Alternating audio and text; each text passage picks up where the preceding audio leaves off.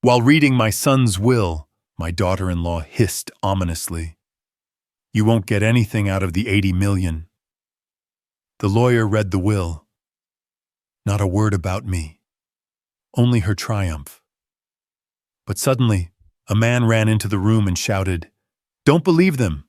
It's a conspiracy!" My daughter-in-law began to get nervous. Her face contorted. You won't believe what happened 5 minutes later. Before we continue, please subscribe to the channel and write in the comments what time it is where you are now. The phone rang sharp through the afternoon silence, cutting through my peaceful Tuesday like a blade through silk. I set down the Times business section and reached for the receiver, expecting another telemarketer or maybe Thomas calling about our weekend golf plans. "Mr. Sinclair, this is Dr. Whitaker from Mount Sinai Hospital." The voice carried that careful, professional tone. "Doctor's perfect for delivering terrible news. I'm sorry to inform you, but your son Alexander passed away today at 1:15 p.m. The newspaper slipped from my lap, pages scattering across the hardwood floor like fallen leaves. My hand gripped the receiver so tight my knuckles went white. Passed away. The words bounced around my skull without landing anywhere that made sense. What do you mean, passed away? My voice sounded foreign, smaller than it should. He was responding to treatment. You said the new protocol was working. Sir, I understand this is shocking. The cancer had spread more aggressively than we anticipated. He went peacefully with minimal pain. I'm truly sorry for your loss. Minimal pain. As if that mattered now. As if anything mattered now. The grandfather clock in the corner kept ticking its steady rhythm, oblivious to the fact that my world had just collapsed. Through the window, cars moved down Greenwich Village streets like nothing had changed. But everything had changed. I hung up without saying goodbye and stared at the silent phone. Alexander was gone. My brilliant, stubborn, idealistic son who'd built a tech empire from his garage was gone. The boy who'd once spent 3 hours explaining why capitalism needed ethical guidelines was gone. My legs felt unsteady as I stood. I needed to call Evelyn. She had to know. Maybe she could explain this away. Tell me the doctor was wrong, that this was all some horrible mistake. I dialed her number with shaking fingers. It rang twice before her voice answered. Bright and casual. Beaumont. This is unexpected. I could hear salon noise in the background. Hair dryers humming. Women chattering. She was getting her nails done while her husband lay dying. Evelyn! I just got a call from Dr. Whitaker. My throat felt raw. About Alexander. The background noise suddenly seemed louder. More obscene. How could she be at a spa when our son was fighting for his life? When our son was... Yes, he's dead. Her voice cut through my thoughts like a scalpel, clinical and cold. And before you start with your grieving father routine, let me make something crystal clear. You won't get a penny of the 80 million. Everything Alexander had is mine now. The phone nearly slipped from my hand. She knew. She'd known he was dead and hadn't called me, hadn't called his father. And her first thought, her only thought was money. Are you serious right now? Heat flooded my chest, pushing up through my throat. My son just died, and you're talking about money. My husband just died, she corrected, her tone sharp as broken glass. And unlike you, I understand what that means legally. Alexander's will is very clear about who inherits what. The afternoon shadows had grown longer while we'd been talking. The house felt different now. Emptier. Like all the air had been sucked out. Photos of Alexander at various ages stared down at me from the mantel. Graduation day. His wedding. The last Christmas before his diagnosis. When he'd still looked healthy. How can you be so cold? I whispered into the phone. How can you be so naive? She shot back. This is the real world. Beaumont. Money doesn't wait for grief. I stared at the receiver after she hung up, listening to the dial tone. In the span of 20 minutes, I'd lost my son and discovered the true nature of the woman he'd married. The woman who'd stood beside him in churches and hospitals, who'd promised to love him in sickness and in health. The clock kept ticking, traffic kept moving outside, and somewhere in a cold hospital room, my son lay still while his widow calculated her inheritance at a nail salon. I set the phone down carefully and looked around my empty house. Tomorrow there would be funeral arrangements and lawyers and all the brutal machinery of death. Tonight there was just this crushing silence and the terrible knowledge that the woman who'd taken my son's name had never deserved it. My finger hovered over the redial button.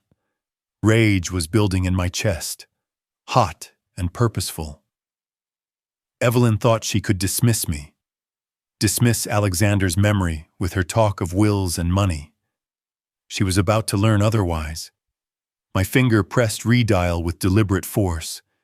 The rage had settled into something harder now, more focused. Grief could wait. This couldn't. The phone rang once before she answered, her voice still carrying that casual confidence. What now? Beaumont. How dare you think about money when my son just died? The words exploded out of me. Years of watching her manipulate Alexander compressed into pure fury. How dare you?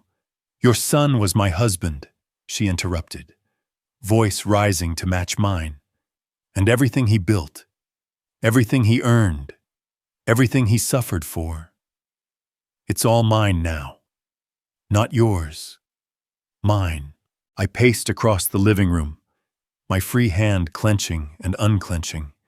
The photos on the mantel watched me like silent witnesses. Alexander at 10, gap-toothed and proud of his science fair trophy. Alexander at 25, arm around Evelyn on their wedding day. Both of them glowing with what I'd foolishly believed was love. You didn't even call me, I said, my voice dropping to something darker. Your husband died, and you went to get your nails done instead of calling his father. I had appointments. Her tone was dismissive, like she was explaining something obvious to a child. Besides, what was the point? You would have just rushed to the hospital and made a scene. I handled it professionally. Professionally, I stopped pacing. He was your husband, not a business transaction. Everything is a business transaction. Beaumont. That's something you never taught him. But life did. Alexander learned to think like a businessman in the end. That's why his will is so comprehensive. There it was again. The will. She kept coming back to it like a vulture circling carrion. I thought about Alexander during his final months. How withdrawn he'd become. How he'd stopped taking my calls as often. I'd attributed it to the cancer, the treatments, the depression that comes with facing mortality. But maybe it had been something else. Maybe he'd finally seen through her mask. You couldn't even pretend to grieve for 5 minutes, I said. Grief is a luxury I can't afford. Do you have any idea how much debt the treatments left us in? How much money we spent on experimental procedures and private doctors and flying to Switzerland for some miracle cure that didn't work? Her voice was getting shriller. I sacrificed everything for him, and now I'm going to collect what I'm owed. What you're owed. The words tasted bitter. You abandoned him. I saw how often you visited during chemotherapy. I counted the days between your hospital appearances. I was protecting our assets. Someone had to think practically, while you and Alexander were playing out some tragic father-son fantasy. Someone had to ensure there would be something left when the medical bills were paid. The line went quiet except for our breathing. Through the window, I watched a neighbor walking his dog. The ordinary rhythm of a Tuesday afternoon continuing while my world burned down. That dog probably showed more loyalty than the woman on the other end of this call. You never loved him, I said finally. Love doesn't pay bills. Beaumont. Love doesn't secure futures. Love is what naive people believe in before life teaches them better. Her voice had gone cold again. Surgical. Alexander figured that out eventually. Why do you think he rewrote his will 3 times in the last year? The words hit like a physical blow. 3 times. Alexander had been planning something, changing something, and I'd been completely unaware. How many conversations had I missed? How many signs had I ignored while focusing on treatment schedules and doctor appointments? You're a monster, I whispered. I'm a realist, and tomorrow at the funeral, you'll see exactly how realistic I can be. Don't even think about challenging me, old man. I have lawyers you can't afford, and documentation you can't dispute. She hung up before I could respond.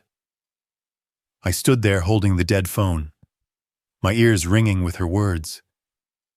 The house felt smaller now, the walls pressing in.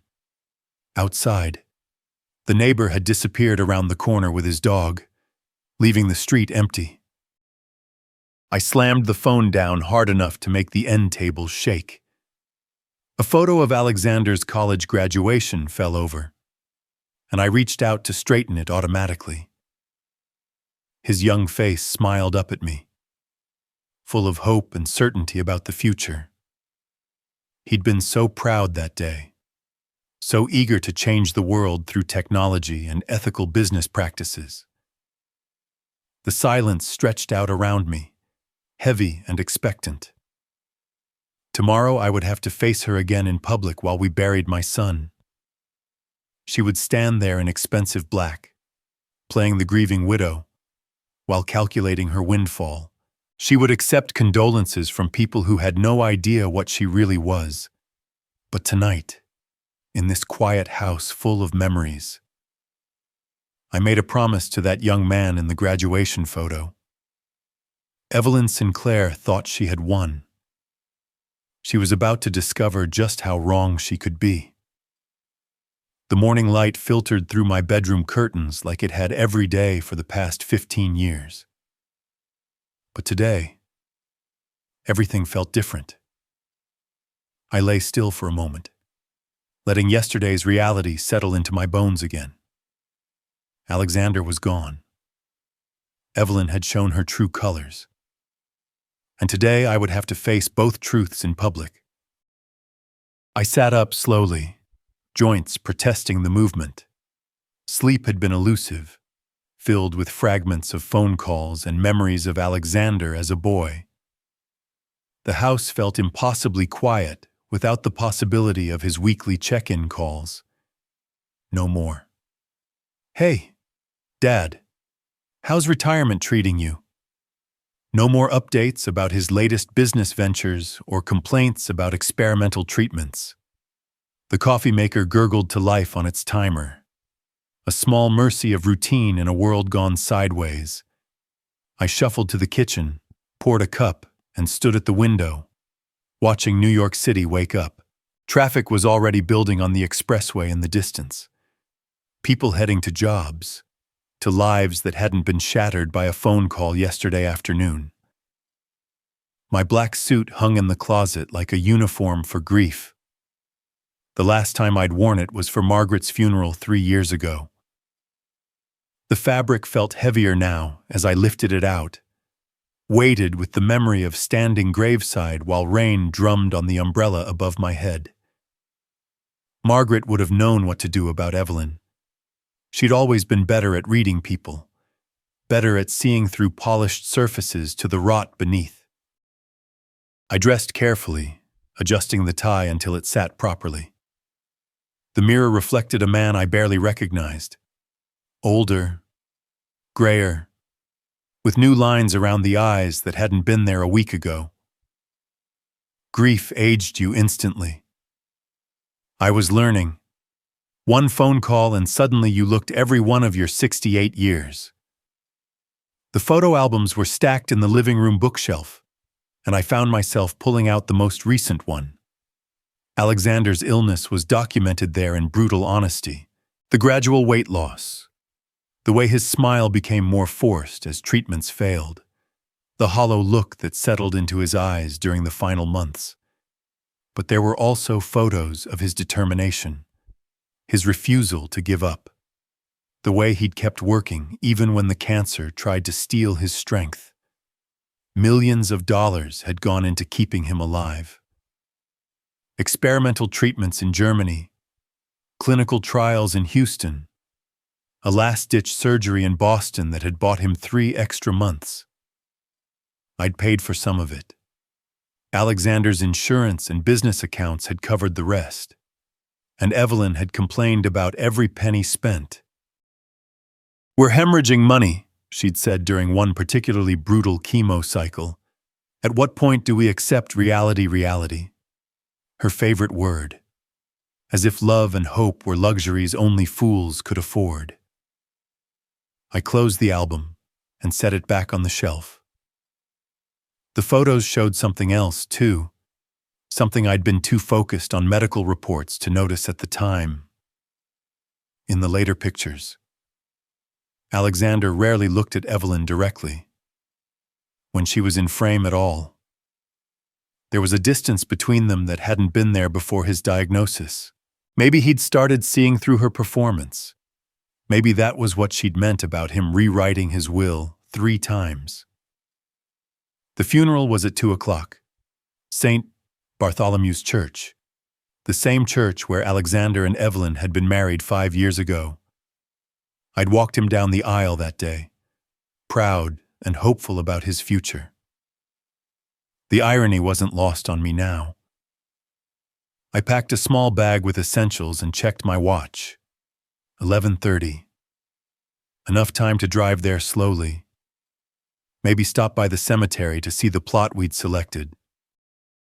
Alexander would be buried next to his mother in the Sinclair family section that went back 4 generations.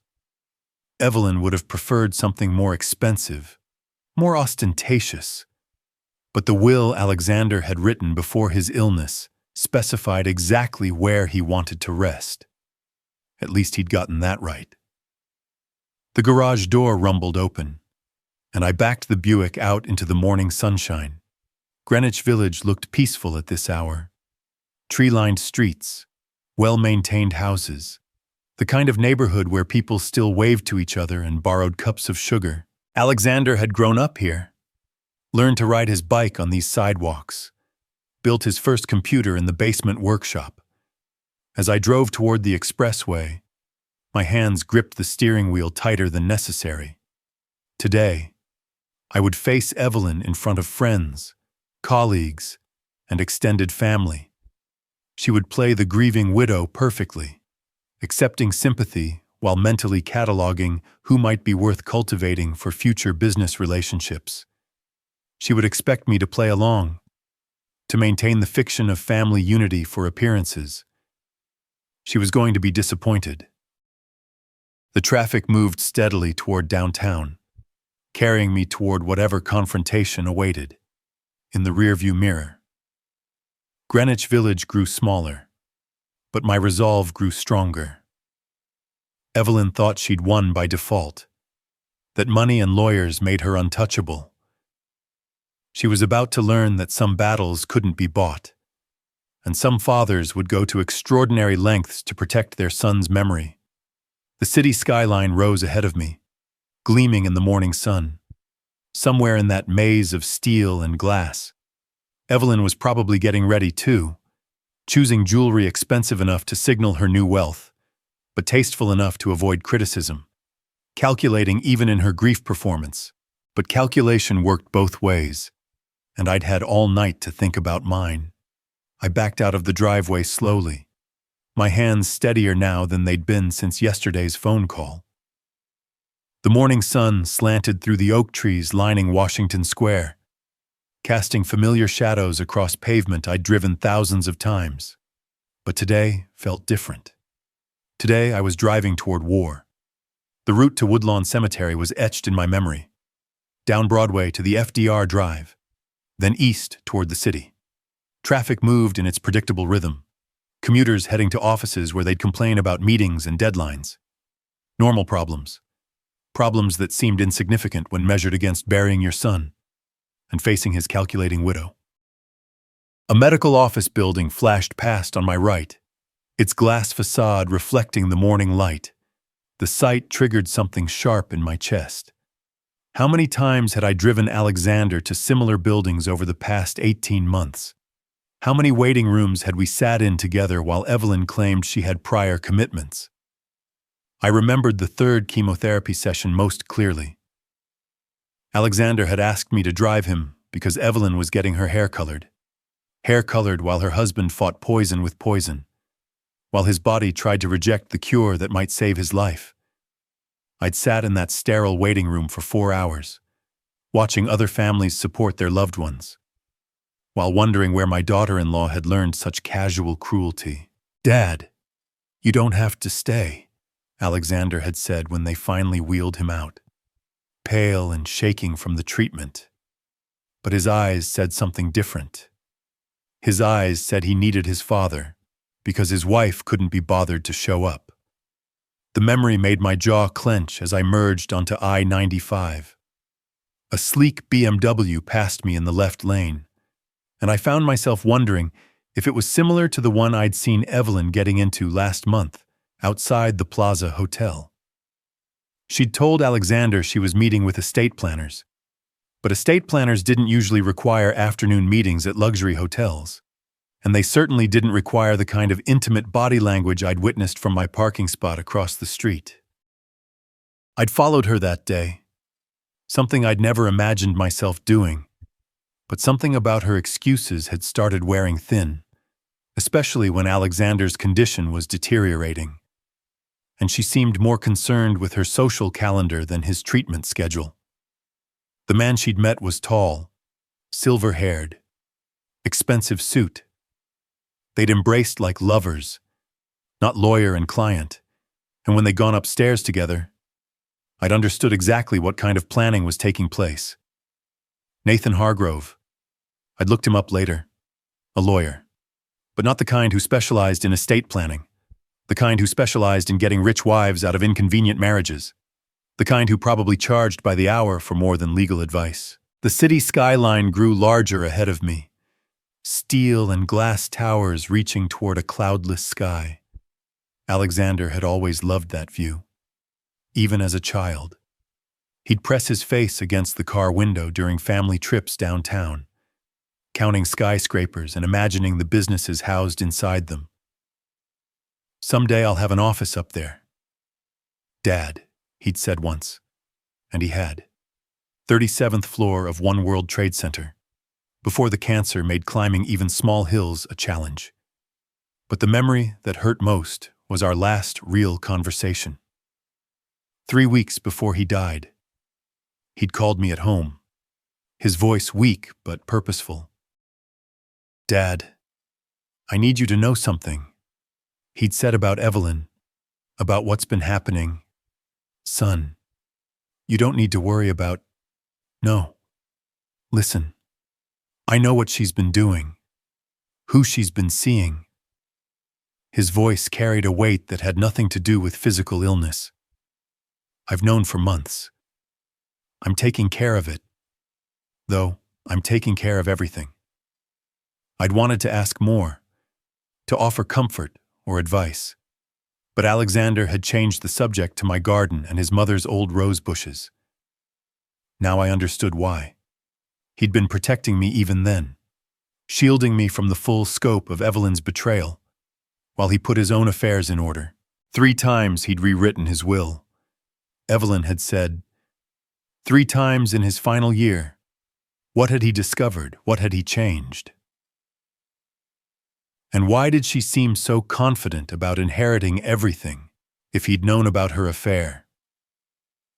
The cemetery gates came into view ahead, wrought iron and limestone marking the entrance to one of New York City's most prestigious burial grounds.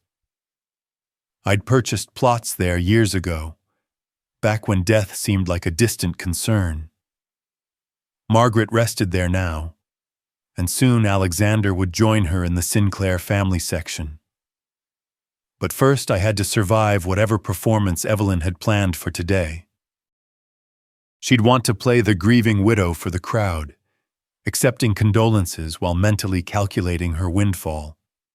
She'd expect me to play along, to maintain family dignity for appearances. She was going to be disappointed again. I pulled into the parking area and killed the engine. Across the lot, I spotted Evelyn's silver Porsche, a car she'd insisted on buying while Alexander was spending his savings on experimental treatments. She was already here, probably holding court near the entrance, accepting sympathy while wearing her grief like expensive jewelry. My hands gripped the steering wheel one final time. Yesterday, she'd shown me her true nature over the phone. Today, she'd tried to humiliate me in public, but she'd underestimated something important about the man she was dealing with. I wasn't just a grieving father anymore. I was a father with a mission. I stepped out of the Buick and straightened my black jacket, scanning the gathering crowd near the cemetery entrance. Early mourners clustered in small groups, their voices subdued against the morning air. And there, positioned like a queen holding court, stood Evelyn. She'd chosen her outfit carefully, a sleek black dress that managed to be both funeral appropriate and figure flattering, paired with jewelry that caught the sunlight just enough to signal wealth. Her blonde hair was perfectly arranged, her makeup flawless. She looked like a woman preparing for a photo shoot, not burying her husband. The moment she spotted me walking across the gravel lot, her face transformed. The practiced grief expression melted away, replaced by something predatory. She excused herself from a group of Alexander's former colleagues and strode toward me with deliberate purpose. Well, look who decided to show up. Her voice carried across the space between us, loud enough for nearby mourners to hear. I hope you're not expecting anything after today. Beaumont. The lawyers will make everything very clear. Several people turned at her words, their faces registering surprise at the hostile tone. This wasn't how family members typically addressed each other at funerals. But Evelyn either didn't notice or didn't care about the audience she was creating. I'm here to bury my son, I said quietly, trying to maintain some dignity despite her public attack. Nothing more. Your son. She laughed, the sound sharp and unnatural in the cemetery setting. Alexander outgrew you years ago. Old man. He built an empire while you played with property deals in the suburbs. He didn't need his daddy's advice or approval. More heads turned now. Alexander's business associates looked uncomfortable, shifting their weight and avoiding eye contact. His former secretary, a kind woman named Margaret Ellis, actually stepped backward as if trying to escape the confrontation. Show some respect, I said, my voice still controlled, but with an edge creeping in. This is your husband's funeral. Respect. Evelyn's eyes glittered with malicious amusement. Like the respect you showed when you questioned every medical decision.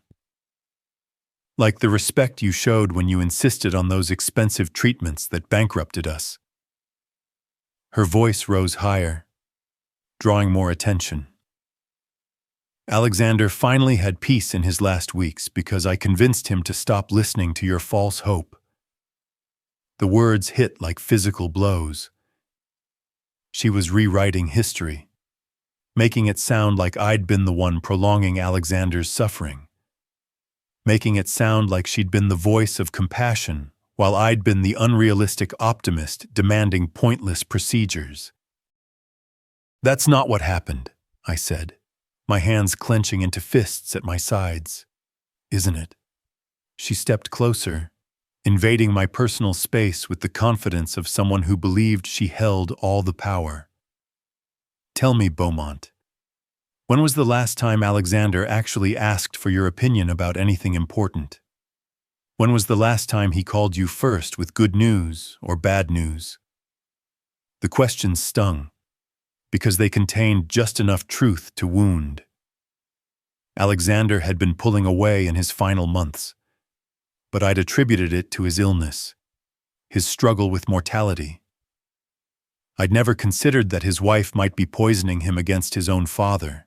You're pathetic, Evelyn continued, her voice dropping to a hiss that only I could hear while maintaining her public performance. A useless old man clinging to relevance through his son's achievements. Well, guess what? Your son is dead, and you're nobody now. Nobody. The funeral director appeared at my elbow, his professional smile strained with obvious discomfort. Perhaps we should move toward the ceremony area, he suggested diplomatically. The service will begin shortly. Evelyn straightened her dress and smiled brilliantly at the man. Of course. We're all eager to celebrate Alexander's life and legacy. She turned back to me with mock sweetness. Aren't we, Beaumont? So eager to hear about the wonderful life Alexander built without you. She walked away with practiced grace, immediately rejoining her audience of mourners who'd witnessed enough of the exchange to know something was deeply wrong. But they couldn't know the full scope of her cruelty, the calculated way she'd chosen every word to inflict maximum damage. I stood there for a moment, breathing carefully through my nose, trying to regain my composure. The funeral director lingered beside me, clearly uncertain whether further intervention might be necessary. Family tensions, I said quietly, offering him a reassuring nod. Grief affects people differently, but as I watched Evelyn accept condolences from people who had no idea what she really was, I made a silent promise. She thought she'd won the opening round with her public humiliation. She thought she could reduce me to a broken old man stumbling through his son's funeral. She was about to learn that some battles were fought over years, not minutes, and some fathers would endure any humiliation to protect their child's memory. The ceremony area beckoned ahead, where I would have to sit through 90 minutes of Evelyn's performance, while she systematically tried to destroy what remained of my dignity. But I would endure it, because somewhere in Alexander's carefully rewritten will, somewhere in his final plans, lay the justice I couldn't deliver myself. I just had to survive long enough to see it. The ceremony chairs were arranged in neat rows facing Alexander's photograph, a professional portrait from better days, when his face still carried hope instead of the hollow exhaustion cancer had carved there. Mourners filed toward their seats with the careful solemnity appropriate for such occasions, speaking in whispers and avoiding eye contact. Evelyn positioned herself with strategic precision, choosing a seat in the second row where she could maintain her widow's prominence while ensuring she sat directly behind me, close enough to continue her whispered campaign of destruction throughout the service. I took my place in the front row, focusing on my son's image rather than the woman settling herself like a vulture behind my right shoulder. The funeral director made final adjustments to the flower arrangements, expensive displays that Evelyn had undoubtedly chosen for their visual impact rather than their meaning. The service began with the minister's gentle words about celebration of life and eternal rest. Standard phrases professionally delivered, meaningless in the face of losing a child. I tried to concentrate on memories of Alexander, his excitement over his first computer, his pride when his business went public, his determination to fight an unbeatable disease. Such a shame Alexander never got to enjoy his success. Evelyn whispered directly into my ear, her voice so low only I could hear it. All that money he made, all those achievements, and he spent his last months worrying about disappointing his father. I kept my eyes fixed forward, refusing to give her the reaction she wanted, but my hands clenched tighter in my lap. He told me near the end that he felt guilty. She continued, her breath warm against my neck in a mockery of intimacy. Guilty for not being the son you wanted, for not including you in his business decisions, for growing beyond your small-town real estate mentality. Margaret Ellis, Alexander's former secretary, stood to deliver a eulogy about his kindness as an employer. She spoke about his commitment to ethical business practices, his insistence on treating employees like family. As she described the man I'd raised, Evelyn leaned forward again. Of course, she never saw how he really felt about family obligations, she murmured. How exhausted he was by your constant need for attention, your pathetic attempts to stay relevant in his adult life. My jaw clenched involuntarily. The woman sitting to my left glanced over with concern, clearly sensing tension, but unable to identify its source. I forced myself to relax my posture to maintain the appearance of dignified grief while poison dripped into my ear. Another speaker took the podium. Thomas Riley, Alexander's old college roommate and business partner. He talked about Alexander's integrity, his loyalty to friends, his refusal to compromise his principles, even when it cost him profitable deals. Words that painted the picture of a man I'd been proud to call my son. Funny how Thomas doesn't mention Alexander's biggest compromise, Evelyn whispered, pretending to dab at her eyes with a tissue. Pretending to respect his father's opinions when he'd already decided you were irrelevant. That took real acting skill. Don't you think? She paused for effect, then delivered her next thrust with surgical precision. He was relieved when you stopped visiting as often. Told me it was easier to focus on getting well without your constant hovering, without your desperate need to feel useful. The lie was crafted perfectly, containing just enough plausible truth to wound. Alexander had asked me to cut back on visits during his final weeks, but only because the treatments were making him increasingly uncomfortable with company.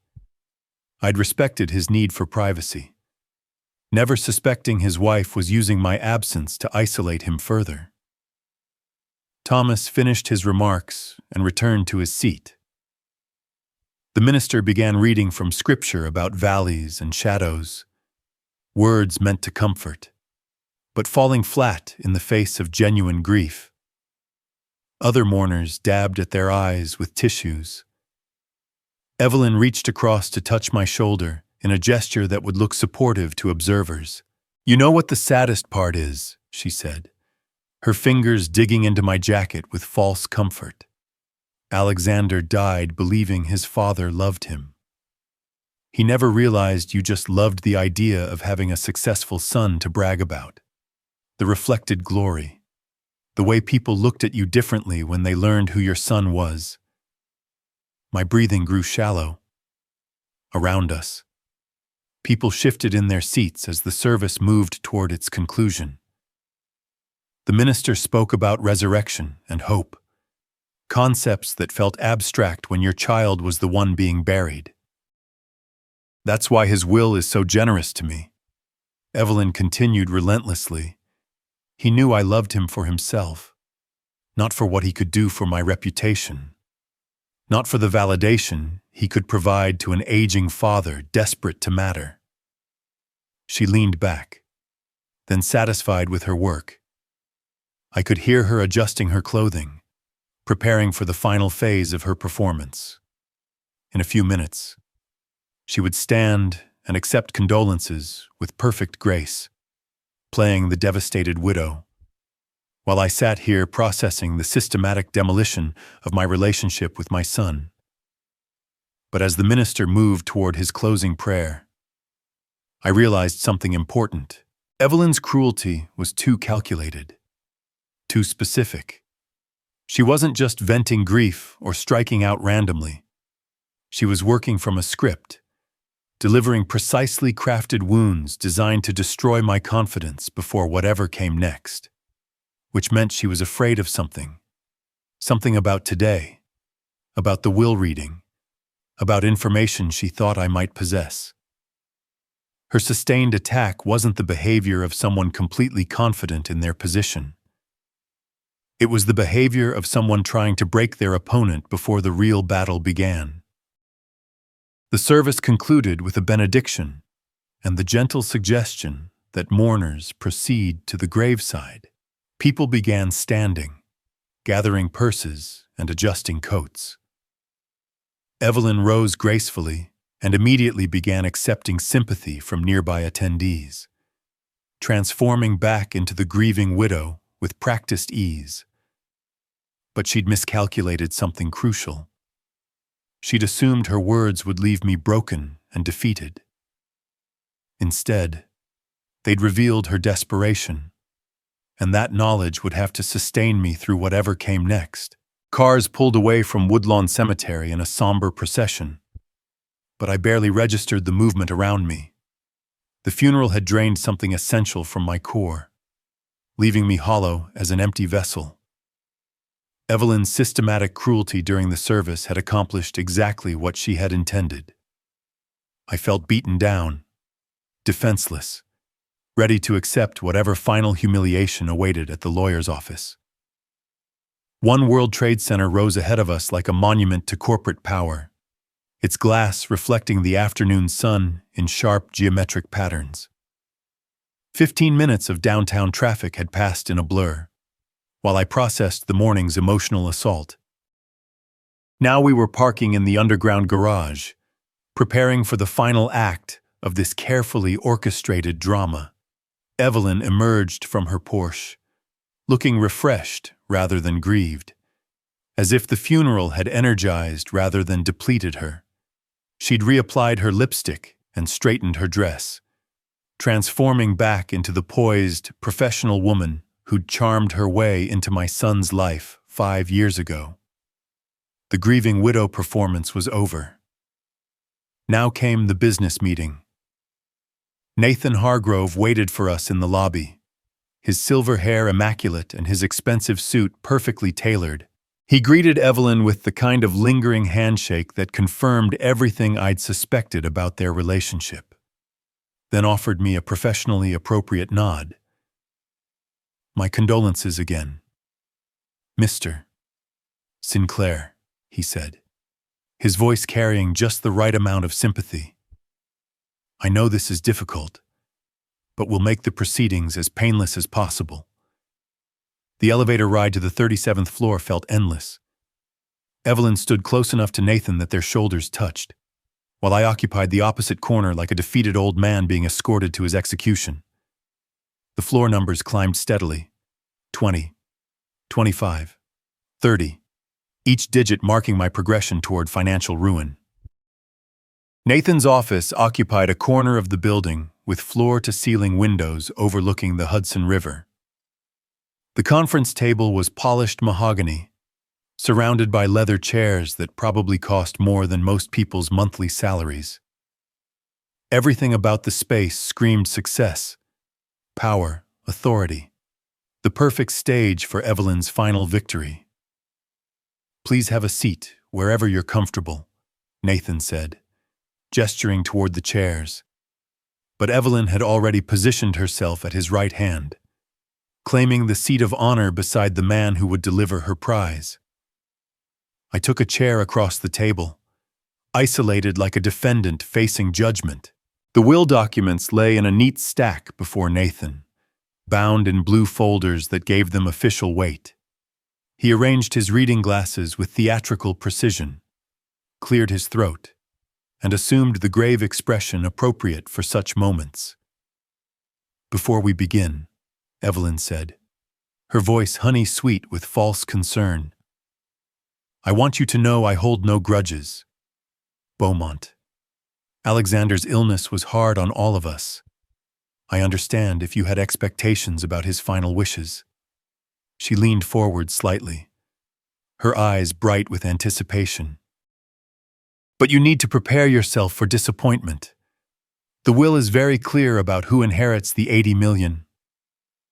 Alexander was quite specific about ensuring my financial security after his death. The words hit exactly as intended. My shoulders sagged further. My hands trembled slightly as I gripped the chair arms. She was right. Of course.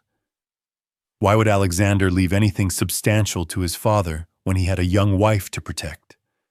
Why would he burden her with the obligation to care for an aging parent? "Shall we proceed?" Nathan asked, his voice professionally neutral, but with an undertone of satisfaction. He was about to deliver the performance of his career, reading a document that would make his lover rich, while destroying an old man who'd already lost everything that mattered. I nodded silently, beyond speech. Across the table, Evelyn's smile grew wider. She'd won completely. First by isolating Alexander from his father, then by humiliating me at his funeral, and now by claiming the fortune that represented my son's life's work. Nathan opened the folder with deliberate ceremony, his eyes scanning the first page as if verifying details he'd already memorized. The conference room fell silent, except for the distant hum of downtown traffic 37 floors below.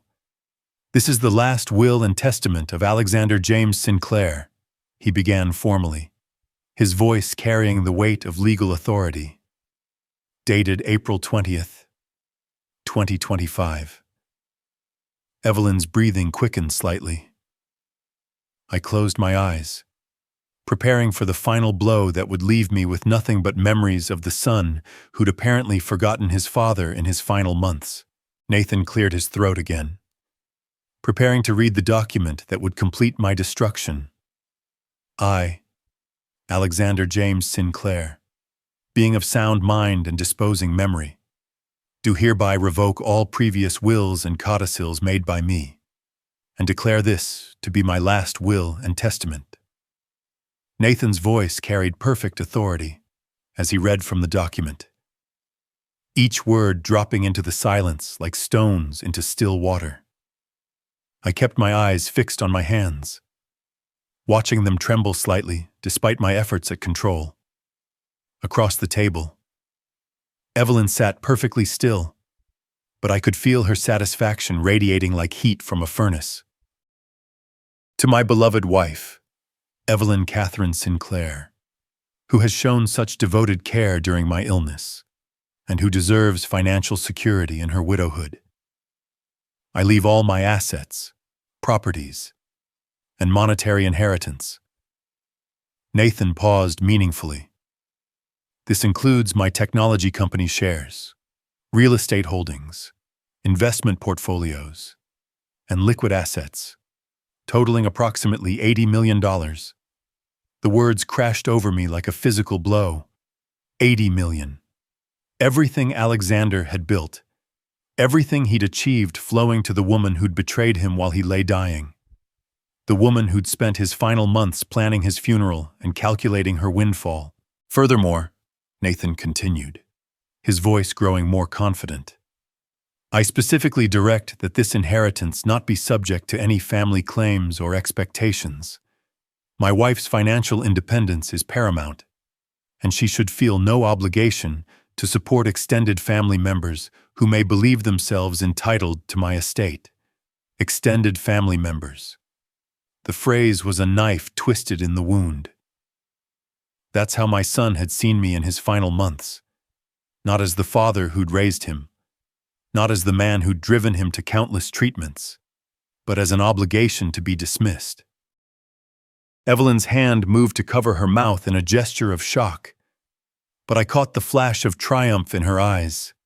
She was performing grief while celebrating victory, playing the overwhelmed widow while claiming her prize.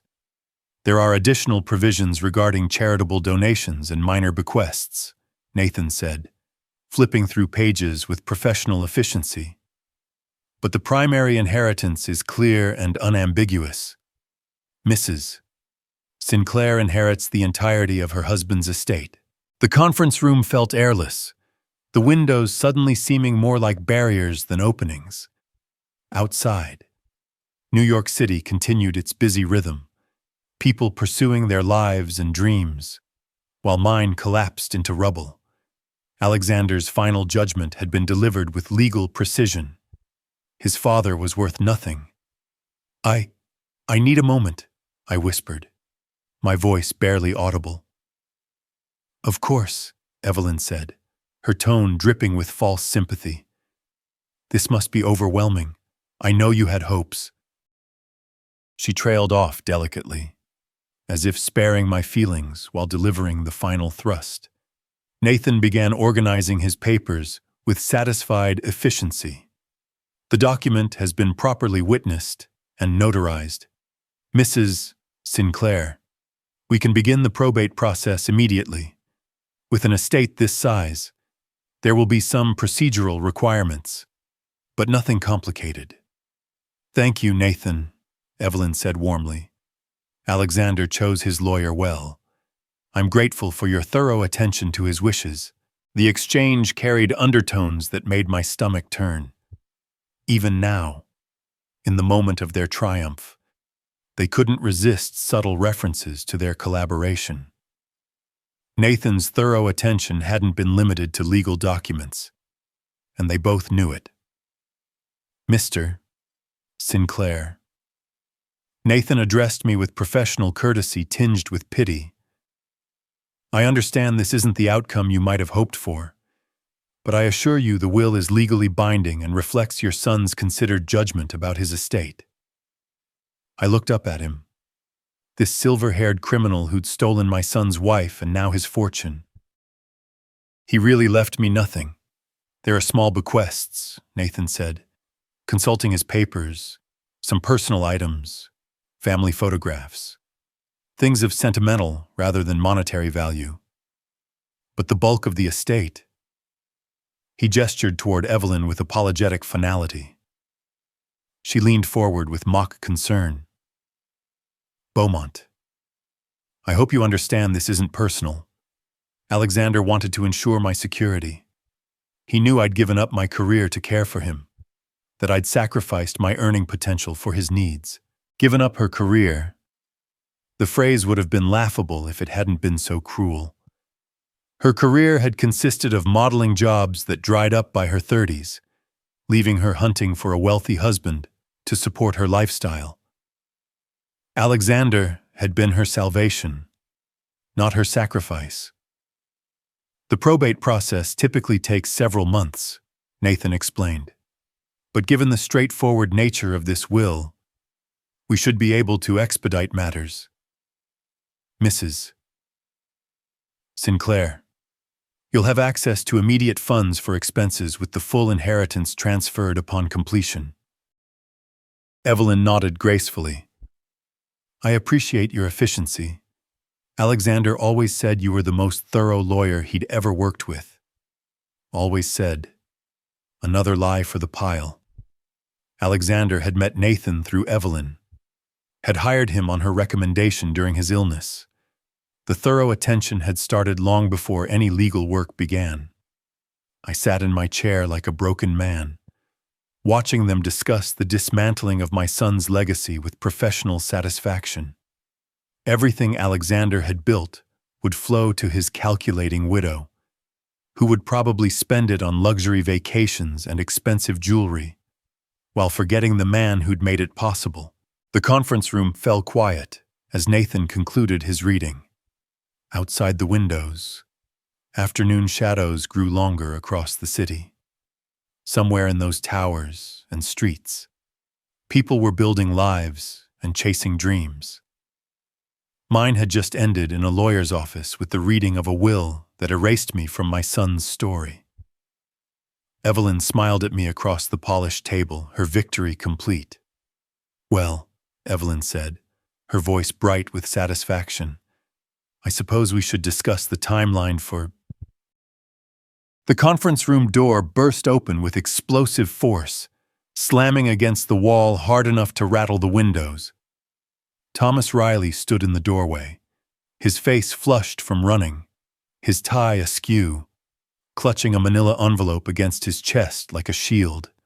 "Stop!" he shouted, his voice cutting through the afternoon quiet like a fire alarm. "Don't sign anything. Don't believe them. It's all lies." Nathan shot to his feet, his professional composure cracking. "Mr. Riley, this is a private legal proceeding. You can't just... private." Thomas stepped into the room, his eyes blazing with righteous fury. "There's nothing private about conspiracy and fraud." He pointed directly at Nathan and Evelyn, his hands shaking with anger. "These two have been planning this for months." Evelyn's mouth fell open, her carefully maintained widow's composure dissolving into genuine panic. "Thomas, what are you talking about? You're clearly upset about Alexander's death. But..." "Upset."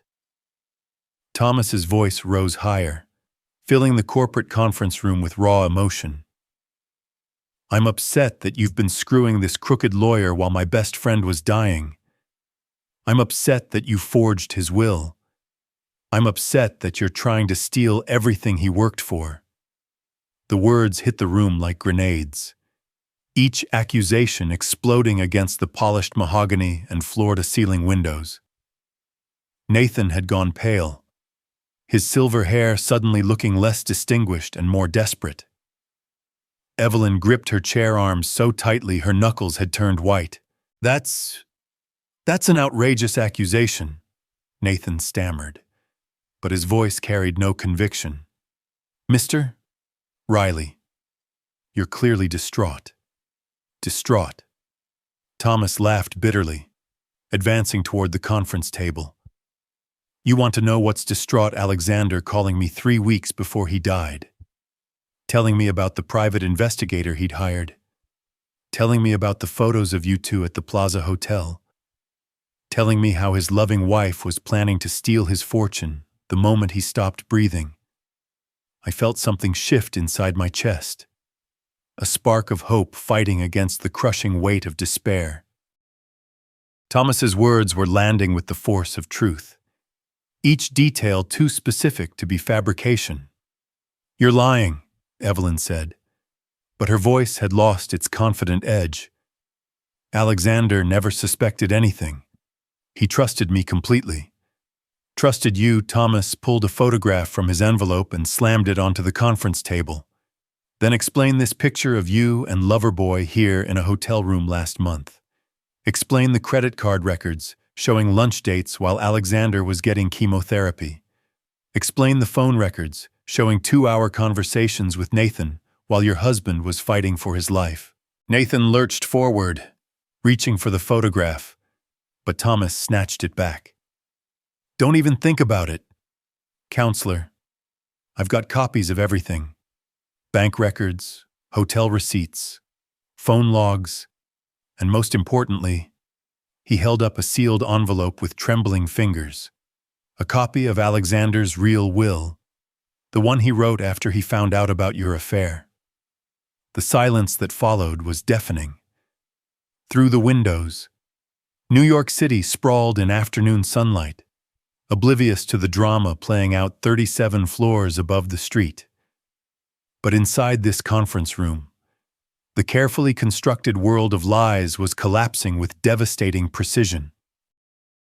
"That's impossible," Evelyn whispered. "I watched him write his final will. I was there when he signed it." "You were there when he signed a fake," Thomas said, his voice dropping to something harder and more dangerous. "He'd already written the real one and hidden it with me because he knew exactly what kind of woman he'd married. He knew you'd try to steal everything the moment he was too weak to stop you." Nathan's professional mask had completely disintegrated. Sweat beaded on his forehead despite the air conditioning, and his hands shook as he tried to organize the fake documents. "This is all speculation. The will I read is properly witnessed and witnessed by your secretary and your paralegal," Thomas interrupted, "both of whom I'm betting have no idea they were participating in forgery. both of whom will sing like birds when the FBI starts asking questions about document fraud and conspiracy. FBI. The word hung in the air like a death sentence. Evelyn had gone completely white, her carefully applied makeup standing out against her pale skin like war paint on a corpse. I found my voice for the first time since Thomas's explosive entrance. The real will. What does it say? Thomas turned toward me, his expression softening slightly. It says that Alexander loved his father. It says he knew you'd always supported him, even when he was too sick and suspicious to appreciate it. And it says he wanted to make sure justice was served if anything happened to him. The manila envelope in Thomas's hands suddenly seemed to contain more than legal documents. It contained vindication, justice, and the knowledge that my son hadn't forgotten his father after all. You can't prove any of this, Evelyn said desperately. Alexander's dead. Whatever you think you know. I know plenty, Thomas said quietly. I know about the fake cancer treatment receipts Nathan helped you create to hide the money you were stealing. I know about the offshore accounts you set up in preparation for his death. I know about the life insurance policies you took out without Alexander's knowledge. Each revelation hit like a physical blow. This wasn't just about inheritance fraud. It was about systematic theft from a dying man who trusted his wife to care for him. Nathan made a sudden movement toward the door, but Thomas stepped sideways, blocking his escape. Going somewhere? Counselor, I don't think so. We're going to sit right here until the authorities arrive because I called them from the lobby, and they should be here any minute. The sound of footsteps in the hallway confirmed Thomas's words. Heavy, purposeful steps that could only belong to law enforcement officers ascending to deliver justice to a room that had seen too much deception. Evelyn looked at Nathan with desperate eyes, but he was staring at his hands like a man watching his life dissolve. Their conspiracy was unraveling with the speed and inevitability of an avalanche. And somewhere in that manila envelope, my son's true voice was waiting to be heard. We need independent verification, I said, my voice stronger than it had been all day. Thomas's revelations had ignited something inside me, transforming shock into determination. I want a document expert to examine both wills now. Nathan's face had gone ashen, his silver hair looking less distinguished and more desperate with each passing minute. Mr. Sinclair, that's completely unnecessary. The will I read is properly notarized and— Forged, Thomas interrupted, pulling out his phone. I already called someone. Dr. Lydia Voss from Columbia University's Forensic Document Lab. She's 5 minutes away. Evelyn shot to her feet, her composure finally cracking completely. This is ridiculous. You can't just waltz in here with wild accusations. And watch me, Thomas said quietly. The office fell silent except for the distant hum of downtown traffic.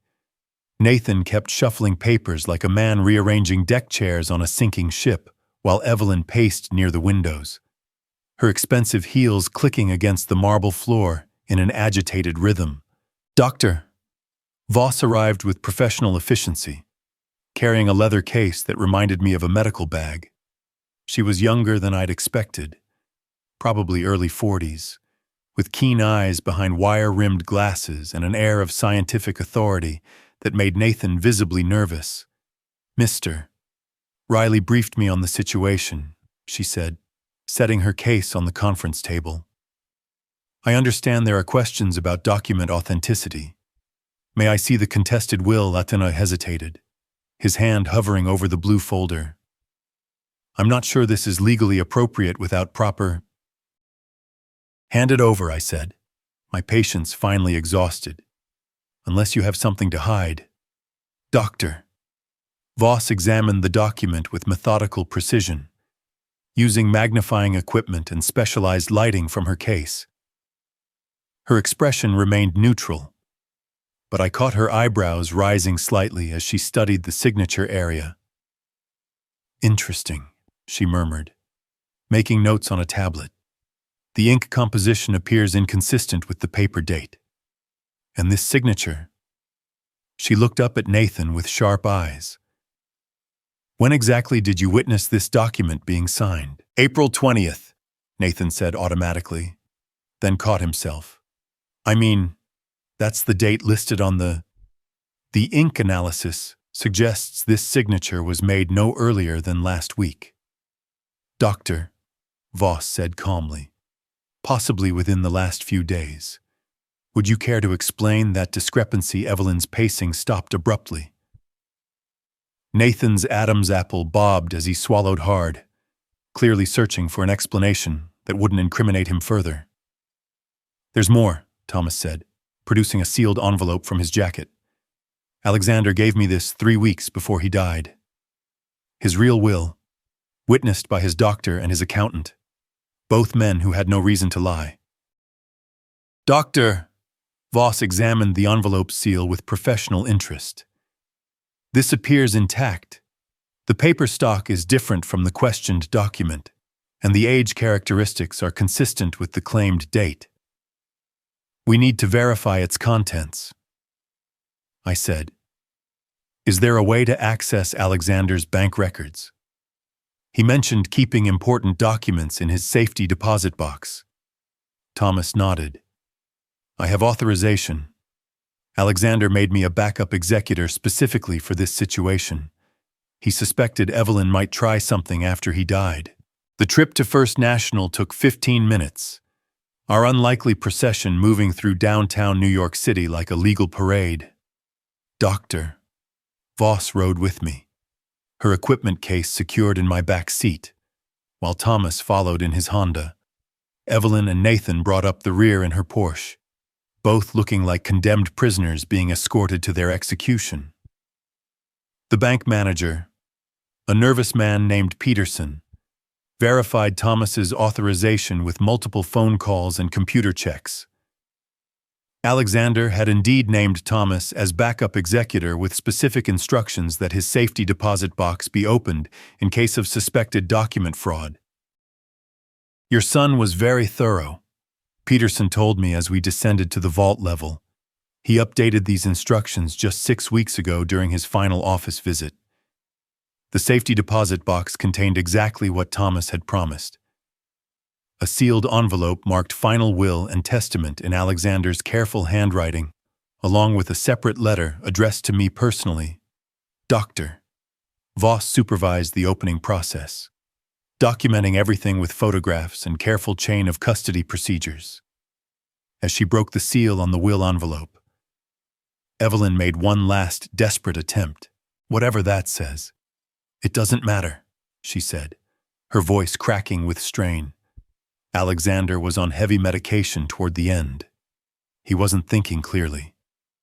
"Actually, Doctor," Voss said, examining the document, "this will was prepared and executed according to New York state law requirements, properly witnessed, notarized, and legally binding." She looked up at me with something approaching a smile. "Mr. Sinclair, would you like to know what your son really wanted?" Nodded, afraid to trust my voice. Across the small vault room, Evelyn's face had gone completely white. Nathan stood frozen, probably calculating his chances of fleeing the country before the criminal charges were filed.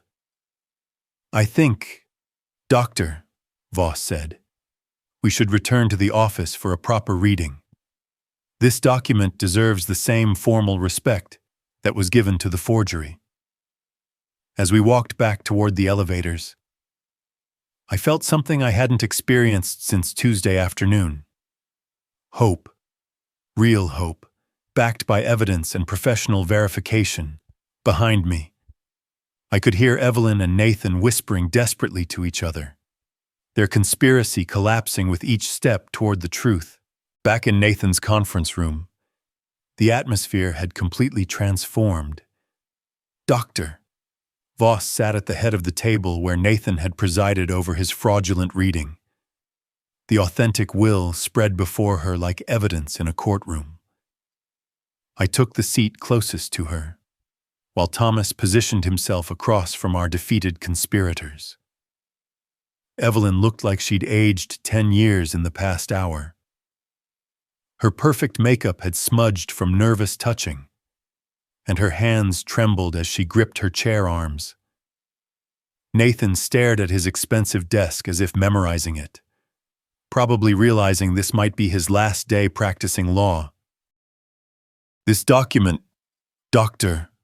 Voss began formally, has been verified as authentic through multiple forensic techniques. The signature is genuine. The witnesses are legitimate. And the execution meets all New York legal requirements." She cleared her throat. "Mr. Sinclair, your son's final will and testament reads as follows." My heart hammered against my ribs as she continued. "I, Alexander James Sinclair, being of sound mind and having discovered the betrayal of my marriage, do hereby revoke all previous wills to my beloved father, Beaumont Sinclair, who supported me through my illness, while my wife pursued her own interests. I leave my entire estate valued at approximately $80 million. The words hit Evelyn like physical blows. She gasped, then began shaking her head frantically. No, that's impossible. Alexander loved me, he wouldn't. There's more. Doctor, Voss said, her voice cutting through Evelyn's denial. Quote, my wife Evelyn forfeited any claim to my estate through her adultery with my attorney, Nathan Hargrove, whom I trusted to handle my affairs honestly. Their betrayal during my illness demonstrates their unfitness to inherit anything I built through honest work. Nathan's face had gone gray. Professional ruin was staring him in the face along with potential criminal charges that could end his career permanently. Doctor, Voss continued reading. Furthermore, I direct my father to pursue all legal remedies against any parties who attempt to defraud my estate through forged documents or false claims. I have provided evidence of such anticipated fraud to my friend Thomas Riley, who I trust to ensure justice is served. The room fell silent except for Evelyn's increasingly labored breathing. Then suddenly she collapsed to her knees beside her chair, her composure finally shattering completely. Please, she sobbed, reaching toward me with desperate hands. Beaumont, you have to understand. I was scared. Alexander was dying, and I didn't know what would happen to me. I panicked and made terrible choices. The tears might have been genuine, but the manipulation underneath them was transparent. Even in defeat, she was calculating, trying to find an angle that might save her from complete ruin. I'll give you half, she continued desperately. We can work something out. I'll sign whatever you want. Just don't press charges. Please. I looked down at this woman who'd tormented me through my son's funeral, who'd whispered poison during his memorial service, who'd stolen from him while he lay dying. The old Beaumont might have felt pity, but the man I'd become through this ordeal felt only justice. Alexander made his wishes clear. I said quietly, he knew exactly what kind of person you are, and so do I. Nathan finally found his voice, though it came out as a hoarse whisper. Mr. Sinclair, surely we can reach some understanding. I was manipulated by Mrs. Sinclair. She convinced me that Alexander wanted. You forged legal documents, Thomas interrupted. You violated your oath as an attorney. You conspired to defraud a dying man's estate. He pulled out his phone. The FBI is very interested in white-collar crime, especially when it involves lawyers. The next few minutes blurred together in a series of official procedures. Dr. Voss documented everything for her report. Thomas called the authorities he'd been coordinating with throughout our investigation. I signed papers acknowledging my inheritance, while Nathan and Evelyn sat in stunned silence, watching their carefully planned heist dissolve into criminal liability. As the legal machinery began grinding into motion around us, I opened the personal letter Alexander had left me. His handwriting was weaker than I remembered, probably from the medications, but his message was crystal clear. Dad, if you're reading this, it means my suspicions about Evelyn were correct. I'm sorry I couldn't tell you everything while I was alive. I was trying to protect you from the pain of knowing how completely I'd been deceived. But I wanted you to know that your love and support meant everything to me. Use this inheritance wisely, and know that justice has been served. Your son, Alexander. I folded the letter carefully and put it in my jacket pocket next to my heart. Across the table, Evelyn was still crying, but her tears had turned bitter and self-pitying. Nathan was making frantic phone calls, probably to criminal defense attorneys. Mr. Sinclair. Doctor, Voss said, gathering her equipment. The inheritance transfer will take some time to process through probate, but there's no question about your legal standing. Your son planned very carefully to protect his true wishes. As we prepared to leave Nathan's office for the final time, I realized something important had shifted inside me. The crushing grief was still there, but it no longer felt like defeat. Alexander had protected me even in death, ensuring that justice would prevail over greed and betrayal. The last thing I saw before the elevator doors closed was Evelyn staring at her hands in defeat, probably calculating how much money she'd need for legal fees instead of planning her luxurious future. Justice, it turned out, was sweeter than revenge could ever be. September sunshine filtered through the windows of my Greenwich Village kitchen as I read the Morning Times over coffee, a ritual that had finally returned to something resembling peace. 4 months had passed since that confrontation in Nathan's office, and the legal system had worked with surprising efficiency once the evidence was clear. Evelyn's conviction had made the business pages. 3 years for conspiracy to commit fraud, plus another 2 for the life insurance policies she'd secretly taken out on Alexander during his illness. The judge had been particularly harsh about her exploitation of a dying man's trust. Her appeals had been denied, her assets seized to pay legal fees, and her return to modeling had proven as pathetic as expected. At 40, with a criminal record, the industry had no interest in her desperation. Nathan's sentence was harsher. 5 years federal prison for document forgery and violation of professional ethics. His law license had been permanently revoked.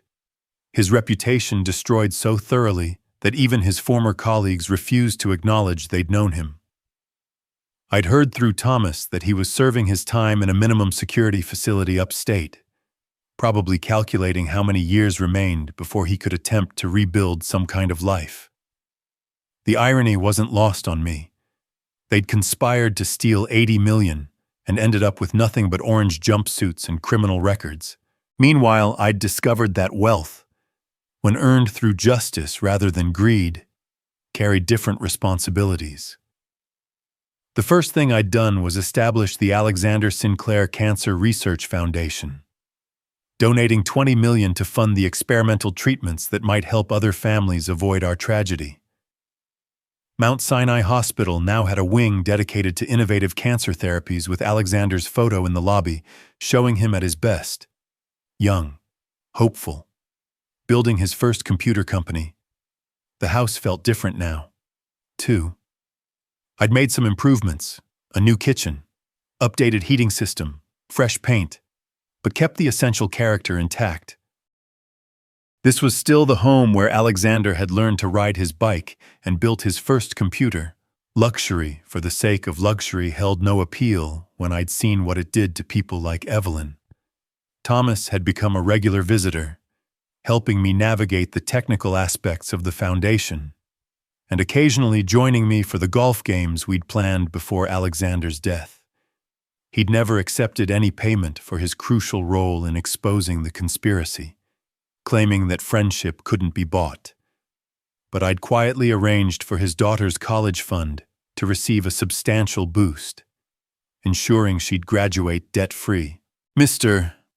Sinclair. The voice belonged to Sarah Martinez, the Foundation's program director. She'd called to update me on the latest research grants we'd approved. The Columbia University team thinks they've identified a promising new approach to pancreatic cancer treatment. Early trials are showing remarkable results. Fund it, I said immediately. Whatever they need. That was the thing about having money for the right reasons. Every dollar spent on research, every breakthrough that might help another family, felt like honoring Alexander's memory in the way he would have wanted. Not through marble monuments or expensive buildings with our name on them, but through practical action that might prevent other fathers from getting that terrible phone call on a Tuesday afternoon. The garden had become my refuge during the difficult months of legal proceedings and media attention. Alexander's mother's rose bushes were thriving under my renewed care, their blooms more vibrant than they'd been in years. I'd added new plantings, too. A small memorial section with flowers that bloomed at different times throughout the year, ensuring something was always growing in Alexander's honor. As I worked among the roses that evening, I thought about the letter I'd received from a family in Connecticut. Their 28-year-old son had been diagnosed with the same aggressive pancreatic cancer that had taken Alexander. But thanks to research funded by our foundation, he was receiving treatments that hadn't existed a year ago. His prognosis was good. That letter, more than any bank statement or legal document, proved that justice had truly been served. The phone rang as darkness settled over Greenwich Village. I almost didn't answer, preferring the quiet of my garden to whatever business might require attention. But something made me check the caller ID. Mr. Sinclair. The voice was young, nervous. This is Dr. Elias Thornton from the research team at Columbia University. I know it's late, but I wanted to tell you personally the treatment protocol your foundation funded. We've just had our first complete remission. Stage 4 pancreatic cancer completely eliminated. I sat down heavily on the garden bench Alexander had built for his mother years ago. Somewhere in New York City, a family was learning that their nightmare might have an ending different from ours, and Alexander, in his wisdom and planning, had made that possible. Doctor, I said, my voice thick with emotion, please send me everything you need for the next phase. We're going to beat this thing. After hanging up, I remained in the garden as night settled around me. The city lights twinkled in the distance. Cars moving along their predictable routes. People heading home to families and lives that might now have different possibilities because of what we'd built from tragedy. Evelyn had wanted money for luxury and status. Nathan had wanted it for power and indulgence. But Alexander, even in death, had shown me what wealth could really accomplish when guided by love instead of greed. I touched the letter in my pocket, the one he'd written, knowing he wouldn't survive, to see justice done. His final gift hadn't just been the inheritance. It had been the opportunity to transform pain into purpose, loss into legacy.